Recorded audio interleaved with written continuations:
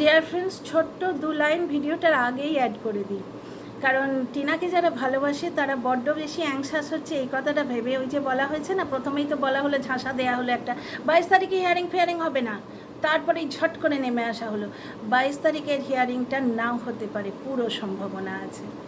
তাহলেই বুঝতে পারছেন ব্যাপারটা কি। তো নটঙ্কি কত বড়। তাই এখানে একটা কথা বলে রাখি, 22 তারিখে যদি হিয়ারিংটা নাও হয়, টিনার বাচ্চা পেতে কোনো অসুবিধে হবে না। হবে কি হবে না সেটা খুবই খুবই গুরুতর ব্যাপার। অত সহজে যেটা ই কোর্ট অ্যাপে পর্যন্ত উঠে গেছে ওই জিনিসটা বানচাল করা অত সোজা নয়, কিন্তু হলেও কোনো দুঃখের ব্যাপার নেই। কারণ আমি জায়গা থেকে জানলাম এই ব্যাপারটা নিয়ে, আমি একটু ডিস্টার্ব হয়েছিলাম, কারণ এইরকম যখন বলা হচ্ছে ডেফিনেটলি আমি একটু জিজ্ঞাসাবাদ করেছি। তো জায়গা থেকে জানলাম যে টিনার তরফে যে লিগ্যাল মানুষগুলি রয়েছেন, ওই যে ট্যাটু আমরা দেখেছি, অদৃশ্য শক্তি যারা টিনার সঙ্গে গেছিলেন, ওকে অত যত্ন করে খাওয়ালেন, জলনদীপ তো নিজের ঘ্যাঁটে পয়সা খরচা করে সোনা হোটেলে সবাইকে গান্ডে পিণ্ডে গেলালো, এবং হেঁ করতে করতে শুকনো হাত মুখে কাষ্ঠহাসি হেসে কাঁড়ি টাকা বিল দিল। টিনাকে কিন্তু যত্ন করে নিয়ে গিয়ে আদর করে 3100 টাকা গ্যাটের করি খরচা করে খাওয়ানো হয়েছে বিগ বসে। খুব ভালো রেস্টুরেন্ট বিগ বস। তো যাই হোক, ফিরে আসি টপিকে। এনারা কিন্তু এক্সপেক্ট করেছিলেন যে টিনার ছেলের জন্যে যে ডেটটা পড়বে সেটা 7ই জুন হবে, ঠিক আছে।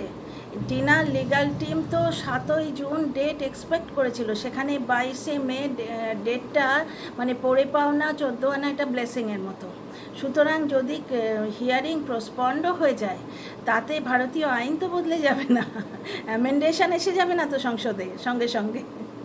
2/3 মেজরিটি দিয়ে পাস হয়ে গেল অ্যামেন্ডেশন, মানে একদম চোখের পলকে হিংটিং ছট বলা হবে, আর আলাদিনের আশ্চর্য প্রদীপটাকে ঘষে দেওয়া হবে, আর সব হয়ে যাবে। তা তো নয়, ভারতীয় লিগ্যাল সিস্টেম একটা ধাঁচে চলে, ঠিক আছে। ছুটি ছাটা তো থাকতেই পারে, যেরকম আমাদের কি হয় স্কুলে কি হয়, একটা পরীক্ষা হবার কথা ছিল, হঠাৎ করে ভোট পড়ে গেল, পার্টিকুলার টিচারের শরীর খারাপ হয়ে গেল, কোনো একটা অনুষ্ঠান এসে গেল, পোস্টপন্ড হয়ে গেল, কিন্তু পরীক্ষাটা তো হবে। কারণ রেজাল্ট যেভাবে কাউন্ট করা হবে তাতে ওই পরীক্ষার যে মার্কসটা সেটা ধরতেই হবে, না হলে পুরো সিস্টেমটা বিগড়ে যাবে। UT1 UT2 plus half yearly plus annual, এইরকম করে যে ধাঁচাটা ছিল সেই ধাঁচাটা তো মেনটেন করতে হবে। ঠিক এখানেও তাই।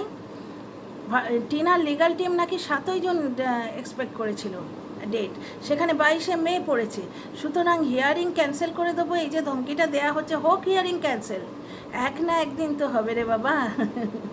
আর তখন অর্ডার বেরোবে, কোর্ট অর্ডার দেবে ওয়েস্ট বেঙ্গল পুলিশকে, ওয়েস্ট বেঙ্গল পুলিশ গিয়ে কোলে করে টিনার বাচ্চা নিয়ে আসবে। দর্শকরা কি বলছে, তুমি আয়রন গেট লাগাও, তুমি এই করো, তুমি ওই করো। আর একজন কলতলার বাসিন্দা, তিনি তো আরও তারে বাড়া বলছেন, বিছুটি পাতা লাগাও চতুর্দিকে, CCTV লাগাও, বিছুটি পাতা লাগাও। তো ডিয়ার ফ্রেন্ডস, বিছুটি পাতা কার পায়ে ঘষে যাবে বলুন তো? জ্বলন আর জ্বলনের মায়ের। কারণ পুলিশ এসে যখন কড়া নাড়বে, ওদের তো দৌড়ে আসতে হবে ওই বিছুটি পাতা মারিয়ে, ঠিক আছে। CCTV ক্যামেরায় চোখ রেখে পুলিশ বলবে বাচ্চাটাকে দাও, কোর্ট অর্ডার দিয়েছে, টিনা তার ছেলে ফিরে পাবে। বাচ্চা কোলে নিয়ে কোর্ট পার্টিকুলার থানায় আসবে, ওই যে থানা, ম্যাডামের বড় ফেভারিট জায়গা, সমাজসেবিকা ম্যামের সব থেকে প্রিয় জায়গা হচ্ছে থানা, তারপরে প্রিয় জায়গা হচ্ছে কোর্ট।